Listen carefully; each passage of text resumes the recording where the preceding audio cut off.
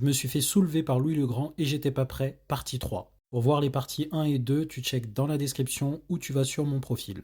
Donc pour rappel, on avait fini avec la question 3a où on avait déterminé le coefficient de z puissance 2m moins 2 qui donnait bien ceci. Et donc on enchaîne avec la question 3b. Comme affiché, nous dit que pour m dans n étoiles, on doit en déduire cette égalité. Alors comment est-ce qu'on va faire ça? Eh bien déjà notez que l'égalité de la question 2b, ça vous est indiqué dans la question, donc ils sont gentils. Normalement, on attendrait en sup que vous le remarquiez tout seul. L'égalité de 2b est une égalité entre deux polynômes. Or, deux polynômes sont égaux si et seulement si leurs coefficients correspondant à chaque puissance sont égaux, on dit. Mais nous, on a réussi à exprimer le coefficient de z puissance 2m moins 2 juste avant, à la question 3a. Là encore, c'était indiqué dans la question. Ce qui signifie qu'on va trouver le coefficient qui est devant z puissance 2m moins 2 dans la partie droite de l'égalité 2b.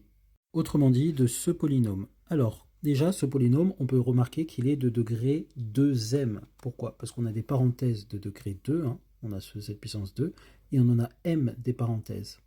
Et donc, comme on ajoute les degrés en multipliant les polynômes, eh bien j'aurai une parenthèse de degré 2 fois une autre parenthèse de degré 2, ça me fera du degré 4, fois une autre parenthèse de degré 2, ça me fera du degré 6, et ainsi de suite. Donc j'aurai bien un polynôme de degré 2m. Maintenant, en regardant attentivement le produit, on peut savoir avec les distributions quelle puissance de z on aura. Il faut faire les distributions en prenant quelqu'un de cette parenthèse, puis le distribuer à quelqu'un de la deuxième même parenthèse, lui ou lui, et ainsi de suite, en faisant tous les combos possibles.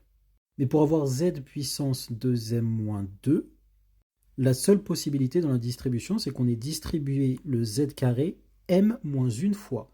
Donc z carré m moins une fois, ça fait bien 2m moins 2. Puisque 2 fois m moins 1, ça fait 2m moins 2.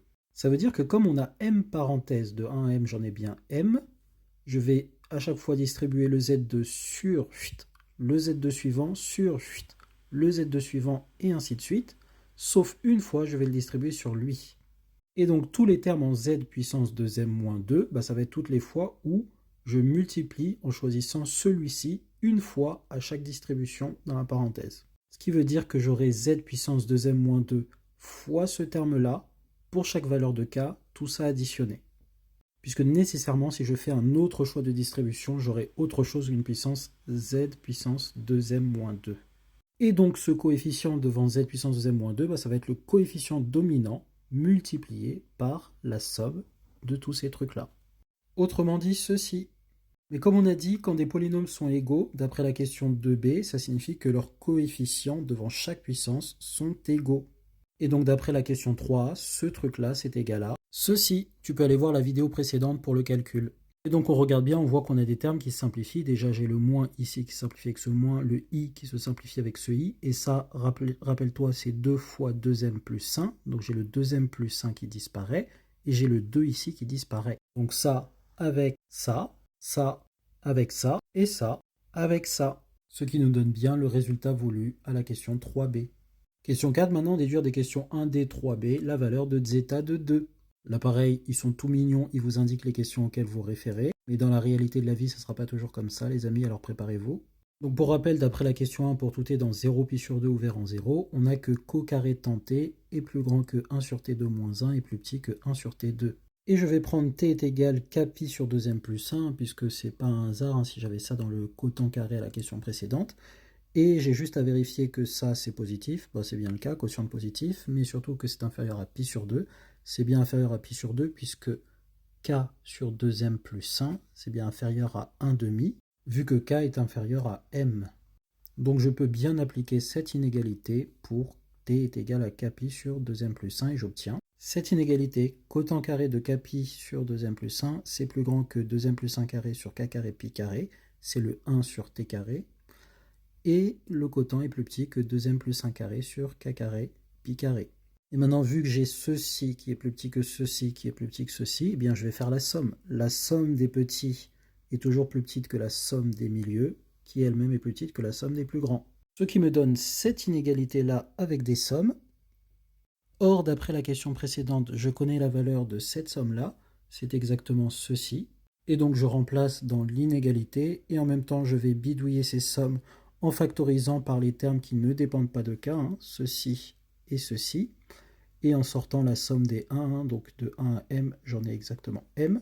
Ce qui me donne 2m plus 1 carré sur pi sur 2 fois la somme de k égale 1 m de 1 sur k2 moins m, donc la somme des 1, inférieur ou égal à m fois 2m moins 1 sur 3 d'après la question précédente, inférieur ou égal à 2m plus 1 carré sur pi carré fois la somme de 1m des 1 sur k2.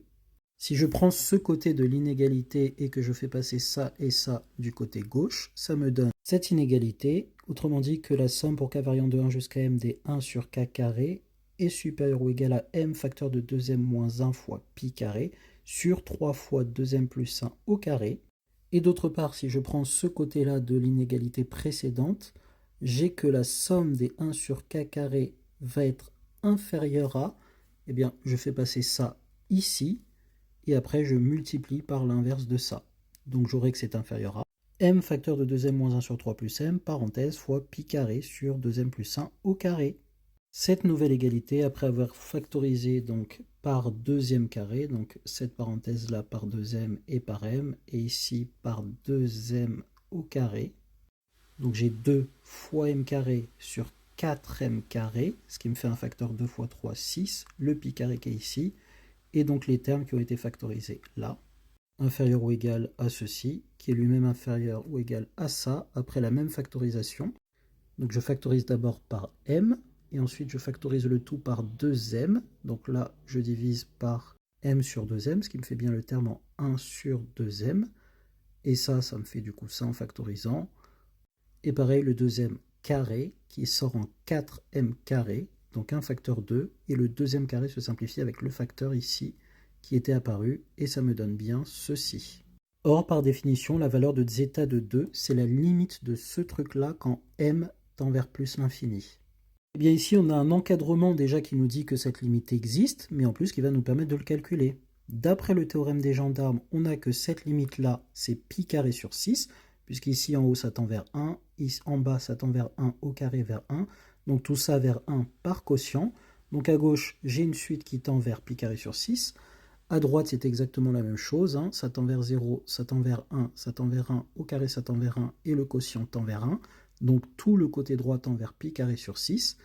Et d'après le théorème des gendarmes, j'ai que cette limite vaut pi carré sur 6. Autrement dit, on a résolu le problème de balle que zeta de 2 est égal à pi carré sur 6. Allez, vas-y, lâche un like quand même, je pense que ça le mérite, et enregistre la vidéo, et lâche des commentaires si tu veux des précisions. Bisous.